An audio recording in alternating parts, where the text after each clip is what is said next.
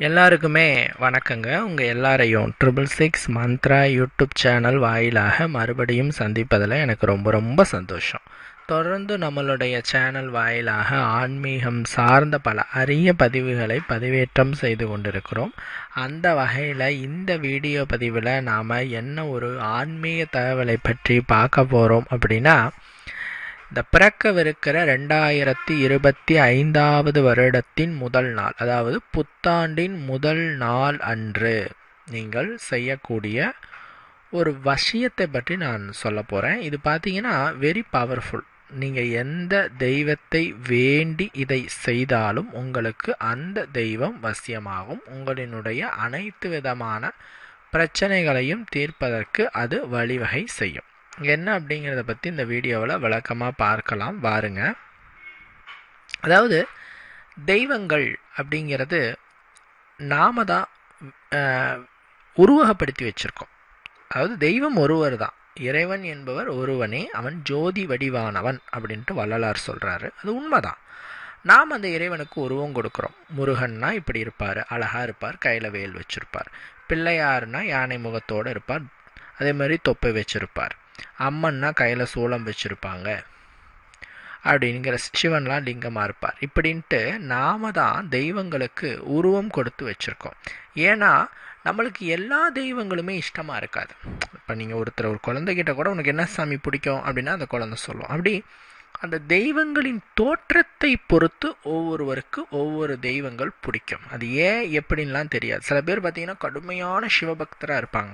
அவங்ககிட்ட போயிட்டு மற்ற தெய்வத்தை நீங்கள் ஏன் கும்பிட மாட்டேங்கிறீங்க, ஏன் அந்த தெய்வம் பிடிக்குமானா, இல்லைங்க சிவன் தான் அப்படிம்பார். ஆக்சுவலாக அதில் என்ன உண்மைன்னா, சிவனும் ஒன்று தான், மற்ற எல்லா சிவனும் ஒன்று தான், பெருமாளும் ஒன்று தான், முருகனும் ஒன்று தான், விநாயகரும் ஒன்று தான். தெய்வங்களில் பிரிவுகள் கிடையாது. ஒரு தெய்வத்துக்கு பவர் அதிகம், இன்னொரு தெய்வத்துக்கு பவர் கம்மி அப்படிங்கிறதுலாம் கிடையாது. எல்லா தெய்வமும் ஒன்று தான். ஆனால் அந்த தெய்வத்தினுடைய தோற்றம், அதனுடைய அந்த அந்த தன்மை. இப்போ முருகர் அப்படின்னா அவரினுடைய அவதாரங்களில், அவர் செய்த சூரசம்ஹாரங்களில், அவரினுடைய செயல்கள் மேலும் உங்களுக்கு ஒரு ஈர்ப்பு வந்திருக்கும். ஸோ அவரை நீங்கள் உங்களுடைய முழுமுதற் கடவுளாக ஏற்றிருப்பீங்க. இந்த மாதிரி தான் லைஃப்பில் எல்லா விஷயத்துக்குமே ஏதாவது ஒரு தெய்வம் கூட வரணும். அதை நீங்கள் தேர்வு செஞ்சுக்கோங்க. அந்த தெய்வத்தை இந்த வருடமெல்லாம் உங்களுக்கு துணையாக கொண்டு வர செய்யலாம். இந்த ஒரு விஷயத்தை நீங்கள் செய்வதன் மூலமாக கண்டிப்பாக உங்களோட கூடையே வர செய்யலாம் பிடித்தமான தெய்வத்தை. உதாரணத்துக்கு அம்மன், அந்த தெய்வத்தை நாம் நம்மளோட கூடவே வர செய்கிறோம் அப்படின்னு வச்சுக்கலாம். அல்லது முருகப்பெருமானை வர செய்கிற மாதிரி வச்சுன்னா எளிமையாக சொல்கிறேன். இப்போது முருகப்பெருமானை வர சொல்கிறீங்க அப்படின்னா முருகனுடைய ஃபோட்டோஸ் வச்சுக்கணும். ஏன்னா அம்மனை நான் ஸ்கிப் பண்ணேன்னா சில பேர் அம்மன் ஃபோட்டோ வைக்கும்போது அம்மன் கொஞ்சம் ஆக்ரோஷமாக இருக்க மாதிரியான அம்மனை கூட வச்சு கும்பிடுவாங்க. அந்த இதுக்கு இந்த பூஜை செட் ஆகாது. கொஞ்சம் சாந்தமாக இருக்கணும் தெய்வங்கள். இப்போ அம்மனே இருக்காங்கன்னா சாந்த ரூபமாக தாய் மனதோடு தாயின் புன்னகைச்சிரிப்போடு இருக்கிற மாதிரியான ஃபோட்டோஸ் இருந்தால் சிறப்பாக இருக்கும். அப்படி உங்கள் இஷ்ட தெய்வத்தோட ஃபோட்டோ வச்சுக்கோங்க. நான் இப்போ முருகனோட ஃபோட்டோ வைக்கிறேன். ஃபோட்டோ வச்சுக்கணும். முடிந்த அளவு தெய்வங்கள் நின்ற நிலையில் இருக்கிற ஃபோட்டோவை வாங்கி வச்சுக்கோங்க இந்த ஒரு பூஜைக்கு. அது இன்னும் சிறப்பாக இருக்கும். தெய்வம் உங்களுக்கு சீக்கிரமாக அருள் புரிவதற்கு நின்ற நிலையில் அருள் பாலிக்கிற தெய்வங்களினுடைய ஃபோட்டோஸ் நம்ம வச்சுக்கிறது சிறப்பாக இருக்கும். ஸோ நம்ம வச்சுட்டு இப்போ முருகப்பெருமானோட ஃபோட்டோஸ் வச்சுட்டு அதிகாலை பிரம்ம முகூர்த்த டைமிங்கில் எழுந்திரிச்சிட்டு நீங்கள் கிழக்கு பார்த்தபடி அமர்ந்து கொள்ளலாம். ஏன்னா கிழக்கு என்பது வசிய திசை. கிழக்கு பார்த்தபடி அமர்ந்து கொள்ளலாம். அல்லது வடக்கு பார்த்தபடியும் அமர்ந்து கொள்ளலாம். வடக்குங்கிறதும் குபேர திசை, சிறப்பான திசை.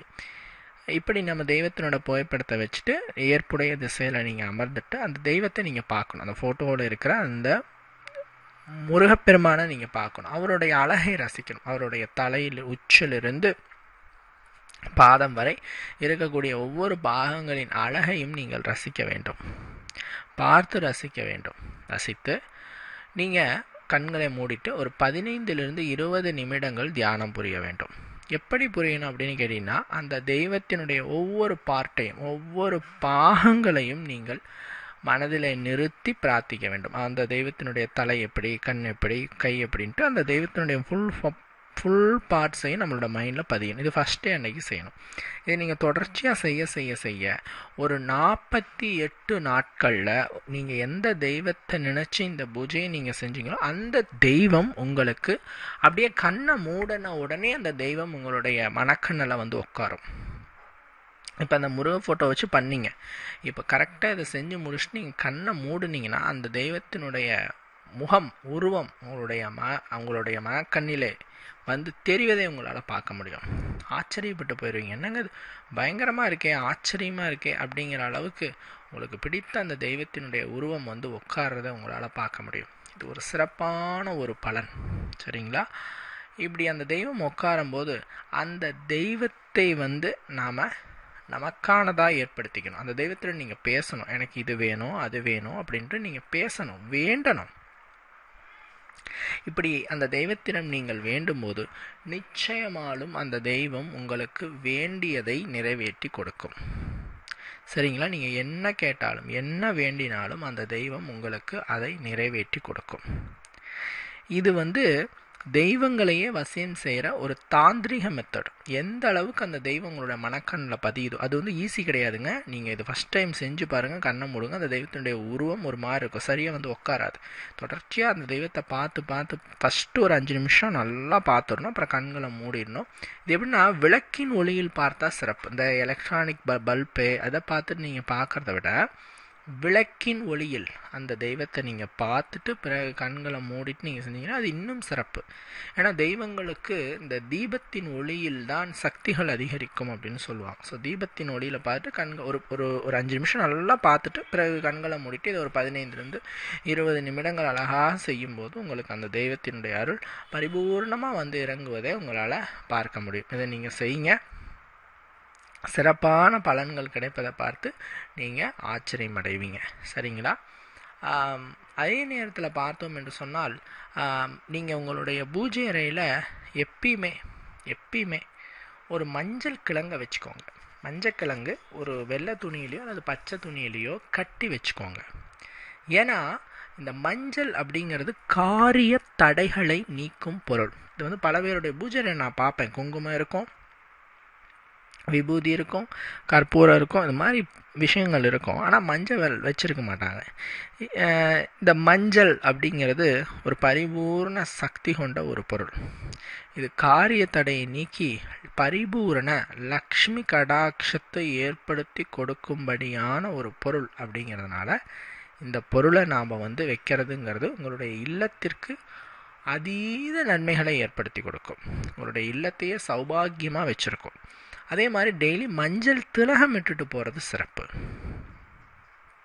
டெய்லியுமே காலையில் பூஜையை முடிச்சுட்டு ஒரு மஞ்சளை பன்னீரில் உரசிட்டு கொஞ்சமாக எடுத்து நெற்றியில் இட்டுட்டு போகிறதுங்கிறது அற்புதமான தனசக்தியை உங்களுக்கு ஏற்படுத்தி கொடுக்கும். மஞ்சள் அப்படின்னாவே சிறப்பு வாய்ந்தது தான், அதனால் இப்படி செய்யுங்க. அதே நேரத்தில் தீபம் ஏற்றுவது, நான் அது லைனாக சொல்லிக்கிட்டே இருக்கேன், என்னங்க திருப்பி சொல்கிறீங்கன்னு நினைக்க வேணாம். ஏன்னா இதெல்லாம் இம்பார்ட்டண்டான பாயிண்ட்ஸ். காலையில் பிரம்ம முகூர்த்தத்திலும் மாலை விஷ்ணு முகூர்த்தத்திலும் எவர் ஒருவர் தன்னுடைய வீட்டில் தீபங்களை ஏற்றி வைத்து பிரார்த்தனைகளை புரிகிறாரோ அந்த வீட்டில் குறைவில்லாத செல்வங்கள் வரும். காலையில் பிரம்ம முகூர்த்தம்னா 3 to 5 இந்த நேரத்தில் பெண்கள் எந்திரிச்சு குளிச்சு முடிச்சுட்டு பூஜை அறை போயிட்டு காமாட்சி அம்மா விளக்கலையோ அல்லது மண்ணகல் விளக்கலையோ எதுனாலும் சரி, நெய், சுத்தமான பசுனை. இந்த பசுனைன்னு சொல்லும்போது கடைகளில் வைக்கிற பயன்படுத்தலாமான்னு கேட்பாங்க, அது உங்களுடைய விருப்பம்தான். பட் என்ன கேட்டால் இன்றைக்கி எல்லாருமே பால் வாங்குகிறோம். ஸோ முடிஞ்ச ஃப்ரிட்ஜ் எல்லார் வீட்டிலே இருக்குது. ஸோ முடிஞ்ச அளவுக்கு நீங்களே அந்த நெய்யை பூஜைக்கு தானே, ஸோ நீங்களே அந்த நெய்யை சுத்தமாக தயார் பண்ணி யூஸ் பண்ணிங்கன்னா ஒரு நெய் தீபம் 100 நல்லெண்ணெய் தீபத்திற்கு சமம். அந்த அளவுக்கு பவரான சக்தி அதுக்கு இருக்குது. அதனால் நீங்கள் வந்து வெவ்வேறு விதமான திரவியங்களை சுத்தம் இல்லாததை பயன்படுத்துறதுக்கு நீங்கள் வந்து தயவு செஞ்சு நெய் வந்து சுத்தமான நெய்யாக நீங்களே தயார் செஞ்சு அதை நீங்கள் இது ஒரு தீபம் ஏற்றினாலும் நச்சுன்னு ஒரு சுத்தமான நெய்யை நான் ஏற்றினேங்க அப்படிங்கிற மாதிரி காலையில் பிரம்ம முகூர்த்தம் 3 to 5, மாலை விஷ்ணு முகூர்த்தம் 6 மணிக்கு மேலே ஒரு 6:30 6:45 நீங்கள் தீபம் போட்டு இறைவனை ஃபஸ்ட்டு டேவில் செய்யுங்க. அதன்படி இந்த வருடமெல்லாம் செஞ்சுட்டு வந்தீங்கன்னா இந்த வருடத்தில் நல்ல மாற்றம் இருக்குங்க. பணப்பிரச்சனை நீங்கும், தொழில் பிரச்சனை நீங்கும், குடும்பத்தில் இருக்கிற சிக்கல்கள் நீங்கும், வாழ்க்கையை நல்ல ஒரு சுபிக்ஷமாக மாறுவதை உங்களால் பார்க்க முடியும். கரெக்டாக ஃபஸ்ட் டே அன்னைக்கு இந்த தெய்வத்தை வசியம் செய்கிற அந்த ஒரு மனோவசிய பயிற்சியும் செய்யுங்க. தீபத்தையே ஏற்றுங்க, மஞ்சளை பூஜையில் வச்சுக்கோங்க, நெற்றியில் இட்டுட்டு வாங்க. சிறப்பான பலன் இந்த வருடமெல்லாம் உங்களுக்கு உண்டு. மற்றும் ஒரு ஆன்மீக தகவல் வீடியோவில் உங்களை நான் சந்திக்கிறேன். நன்றி, வணக்கம்.